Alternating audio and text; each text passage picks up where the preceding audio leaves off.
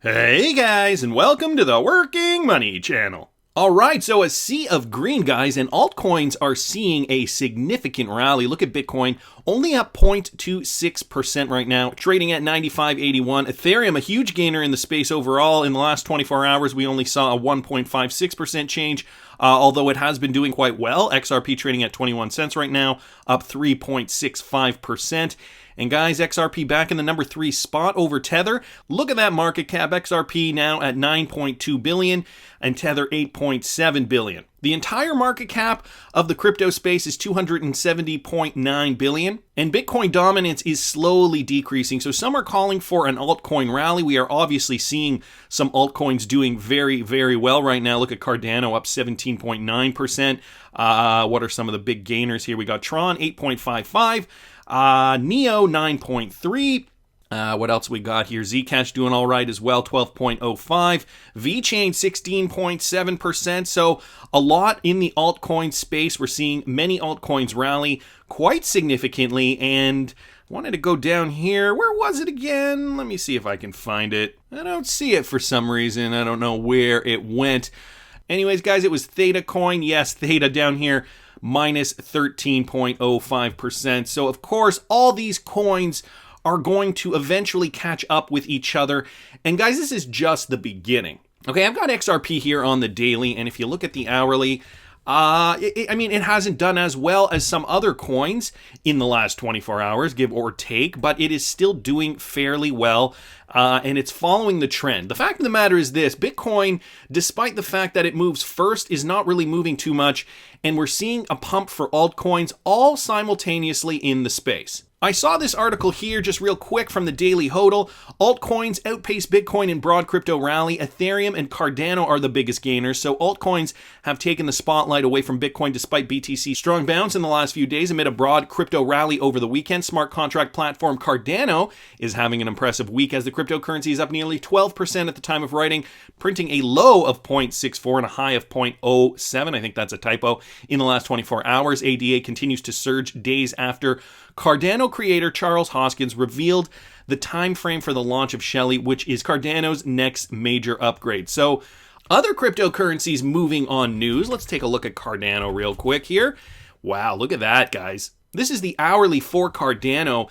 And yeah, just a few days ago, it was trading at 0.052, now trading at 0.085, give or take. So a significant movement for Cardano. And Cardano's competitor Ethereum is also spearheading the altcoin charge. The second largest cryptocurrency by market cap is up over 5% at the time of writing, posting a 24-hour low of 218 and a high of 244. The cryptocurrency's rally comes in the midst of anticipation of Ethereum's 2.0 release. So all these cryptos with a pending release are looking to be moving quite significantly, and yet XRP, despite all the news we have, sure, it's moving, but in my opinion, it is moving the same way the rest of these coins are just kind of following along with some of these bigger major project updates that we're seeing in the altcoin space. What could this mean for altcoins? Well, of course, every altcoin has their specific supply and demand zones, and they're all not going to move simultaneously, although we are seeing momentum. And eventually Bitcoin will indeed catch up. Of course, Bitcoin sometimes needs to just chill a little before it can reach its new high. A quintessential level of resistance for Bitcoin is this 10.4 mark, 10,400 give or take, or 10,500 give or take. Let's call it there, so 10.5. We need to break through this, guys. Then we will need to break through 14,000.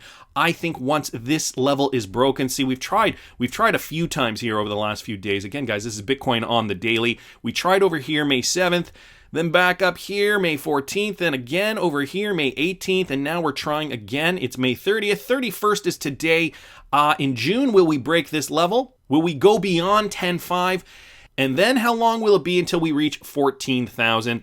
And what will altcoins do at that point? So right now, altcoins are catching up with Bitcoin. Bitcoin's kind of taking a back seat, but once Bitcoin breaches this level and goes above that $14,000 mark, I think we'll definitely start to see even more movement in the space for alts and Bitcoin alike. Now, that's not to say that that is going to be sustained for the next 18, 24 months. We are going to see peaks and valleys. Profit takers are going to take profits, guys. So be ready for that. And don't buy on the rally. I mean, None of the things I say are financial advice. I mean, I'm just telling you what I tend to do. I never buy on the way up because that's a sucker's move. You need to buy on the dips, guys. And so if you see a dip, even if it isn't the best opportunity, the best dip, it's still an opportunity to buy on a little correction, even if you can grab an extra 5% somewhere. It's better than buying on the way up when FOMO is kicked in, because what tends to happen is, let's look at back last year. What tends to happen is some people are like, oh wow, look at Bitcoin, it's at 8,600. It shot up over the last 2 months. And now I'm going to buy up here, or maybe they put their money in, it dipped, and they missed their opportunity, and they decided to buy at 96, and they're like, oh wow, look, it's at 14. They bought over here at 96, and then sure enough, they thought it was going to go higher than 14,000, and it did not, because the rally had already made its move. Buyers tend to get exhausted by this point, so it's always good to get in when we see that first leg down. When we retrace in a demand zone, when we hit the floor a couple of times to confirm a good level of demand or support, and then we'll start to see the rally. That's when you're going to make most of your profits. I personally do still think we are going to see some Bitcoin momentum downward, bringing the altcoin market down with it, but that's okay, because we are seeing some gains right now. Even if we saw Bitcoin retrace back to 6,500 and saw XRP go back down to 15 cents, I'm okay with that, because we know Bitcoin is still poised to move. It gives us all an opportunity to buy more, especially if you have cash on the side, guys. It is important to play this right. XRP Crypto Wolf posted this: Kingdom Trust, a regulated custodian manager around $13 billion in assets with over 100,000 clients, wants to tokenize the more than 20,000 alternative legacy and crypto assets that it currently custodies for retirement accounts and big institutions. Guys, this is huge.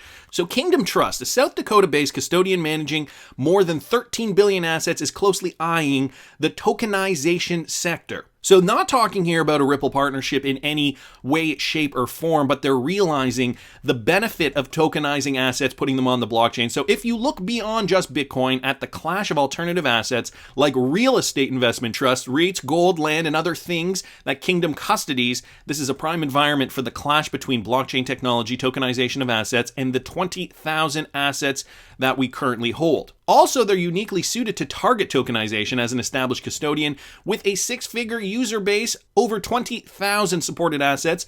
Radloff asserts that Kingdom Trust is uniquely positioned to capitalize on the emerging tokenization sector. He says most of these other security token platforms, they either try to launch without users or they try to launch without assets and hope they can tokenize stuff along the way and gain users at the same time. So what he's saying is they already have the user base and they already have the assets. They just need to integrate. And so R3, a possibility for them, they can use XRP to settle. We know R3 uses XRP. They aren't talking about which platform they are going to use, but guys, this is a step in the direction that we want to see. The tokenization of everything, and we're seeing it across platforms, not just with Ripple and XRP, but the world is becoming tokenized more so than it was 2 years ago when we were hoping to see XRP utility skyrocket. Well, that was the beginning, and now we're starting to see more of that. So another one from XRP Crypto Wolf here: Switzerland regulators greenlight cryptocurrency transactions for local bank. And so Incor Bank becomes the first Swiss business-to-business bank approved by the financial watchdog to operate with digital assets. The Swiss Financial Market Supervisor Authority, or FINMA, has authorized Incor Bank to carry out digital asset transactions, allowing customers worldwide to access and transact with the bank. The official announcement represents an important step in creating a blockchain-friendly environment across the EU banking sector. Incor Bank becomes the first Swiss business-to-business bank approved to operate within the crypto sphere. So this is an important step to business-to-business bank in Switzerland, the first one to operate, to be allowed to operate within the crypto sphere. And I think that this is, again, just the beginning, another step in the right direction, another step towards the global sweeping blockchainization. Is that even a word? Maybe I'll call it that, or rather the tokenization of the world. I guess there's already a word for that. Nevertheless, it's good to see banks stepping on board. Business banks, business-geared banks specifically, now moving into cryptocurrencies. Guys, I saw this from Michael at Val5 Links on Twitter. The head of Ripple SBI Asia asserts that Hashpower is migrating from east to west. So this is a statement from the head of Ripple SBI Asia, but it has to do with mining power. And they're seeing something that some may not have been able to predict. So the CEO of Ripple SBI Asia, Adam Trademan, predicted that the mining industry will continue to see hash rate migrate from east to west, asserting that he is already witnessing the transaction begin. So we're all thinking of miners in China really building up their mining pools, increasing hash power, using more electricity, because in China, electricity is way cheaper. So he says we are seeing a huge interest from wealthy Chinese miners who are paying somewhere on the average of 3 cents to 5 cents per kilowatt hour, in Texas at 0.025 cents and below, in some cases way below, Trademan says. So moving to Texas, tensions between America and Chinese miners. However, the Ripple SBI Asia head noted that relations between mining firms in Texas and China have been soured in the past. Ultimately, it has left a bad taste in the Texan miners' mouths, that they don't want to necessarily work with China. Trademan also highlighted the impact that Trump's tariffs targeting China have had on talks between Chinese and U.S. mining companies. The one other thing that is slowing it down is the tariffs from Trump on China. That is really hurting things right now. So as soon as those are lifted, it'll be like this boom, a huge acceleration, he said. So an interesting turn of events, guys. I'll leave this article here. Wouldn't think that the mining power is actually moving westward again. Guys, Matthew Liny posted this. Bahrain, our 3 partner, launches BenefitPay digital wallet, confirming our efforts to digitize all financial transactions. So our 3 partner Benefit, the kingdom's innovator and leading company in electronic financial transaction services, has announced the launch of a new service for the first time in the Kingdom of Bahrain. Customers are now enabled to exchange or transfer money at exchange houses using BenefitPay, the national electronic wallet, rather than the use of physical cash. This comes through an agreement signed by the Bahrain India International Exchange Co., the first recipient of the service as part of a series of agreements with the remaining exchange companies operating in the Kingdom of Bahrain to follow. So more moves. We know they are R3 integrated, and R3 can settle with XRP. So more countries around the world going cashless, and this just goes to show you that, Swiss business banks also looking to get into crypto, and Kingdom Trust, a huge custody solution for investors with over 100,000 users and 20,000 tokens, are now looking to tokenize on the blockchain. Major moves in the space, guys, and I feel like at this point,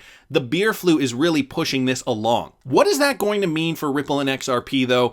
And did you guys have problems with the ledger? Apparently there was an issue, as stated here, and has it been sorted out yet? We're going to talk about that next. So originally I saw this tweet here from Muhammad Sadiq. Everything is fine in the world except XRP on Ledger. Lets me know that there is something huge about to happen to restrict massive amounts of XRP movement and nothing else. A massive testimony about XRP. So he's suggesting perhaps something strange is going on. Here is a screen grab of his Ledger Live. All these other coins are operational. XRP, though, partial service disruption. And we've got somebody else here, iCrypto at crypto_Olay on Twitter. Don't send any XRP to the Ledger now. They're faced with some issues with certificates, so you will not be able to send it back for some time. This has been observed for the last 3 to 4 hours already, so certificate has expired. Something went wrong. Please retry or contact us. Well, of course, Veets Vin here explaining what has happened. Oops, the XRP Ledger is fine, but the Ledger app connects to s.1.ripple.com, the public XRPL node by Ripple, not for production use. If you can change your XRPL node in the client, change it to xrpl.ws. A lot of work for a layperson, Veets Vin. Nevertheless, thanks so much for the fix. Ripple will fix the certificate, so there is no problem. There is no conspiracy, thank goodness. There was just a little blip here, but a few people noting it on Twitter, and of course Veets Vin here also replying to Muhammad Sadiq as well with that same tweet. So explaining that everything is indeed fine. I'm not sure if it is up and running already. XRP Maka also brings this up. His certificate has expired. Veets Vin always replying with the same response. So it's looking as though they know what the root of the problem is. Not to worry, folks, your XRP is safe. There are great minds at the helm, tweaking the XRPL as needed. I also wanted to bring up this article here with regards to charting blockchain investment during the beer flu pandemic. So we talked a little bit about custody solutions with Kingdom Trust. We also talked about the Swiss banks green lighting business-to-business bank cryptocurrency utilization. And, many articles now are pointing to the fact that a lot of countries around the world, many people, many businesses, many governments are realizing the benefit of blockchain now more than ever because of the beer flu pandemic and the situation we're in. And here's some statistics. So $1.47 billion has been raised across 265 blockchain deals during the beer flu pandemic era. That is a 868% increase in single stage deals in May, coinciding with a 46% decline in early stage deals, suggesting that investors pulled back on early stage deals with a preferred preference for more established later stage firms instead. So here are some total investments here, and you guys can see March, right when the beer flu hit, mergers and acquisitions skyrocketed. Not too much in April, but also a large chunk in May. And here it is, blockchain investment by deal type during the beer flu outbreak. Example, X-backed and coin market cap. So in May, mergers and acquisitions, and this is what they're stating here, is that people were getting a bit worried and concerned with regards to business. And so what more of these companies were doing was they were merging. And we heard about this from Ripple CEO Brad Garlinghouse, that we were going to see more mergers this year. That was to be expected, but now more than ever, a lot of companies are pulling out of early stage deals and moving their money into mergers and acquisitions. Much of the world has been on lockdown and in many cases still on economic pause due to the beer flu pandemic. The virus continues to leave an economic and social impact on many of our lives. We will examine the effects the virus has on the blockchain investment landscape and which investors, if any, have remained active. So guys, I will leave this article here. Ultimately, though, we should be excited because despite a pandemic, we can still trade cryptos. We're seeing altcoins rise right now. The space is gaining value while Bitcoin is taking a back seat. The altcoin space, I mean. And so I'm ready for some gains. Are you guys? Who's got money on the sidelines still looking for another dip? And how much are you relying on Bitcoin versus altcoins to rise? What's your portfolio spread like, guys? I want to hear more about your portfolios. Let me know what you think in the comments, because I always love to hear what you guys have to say. Please subscribe to the channel if you haven't already. Like the video if you like the content I'm providing. I always love hearing your comments. See you in the next one, guys.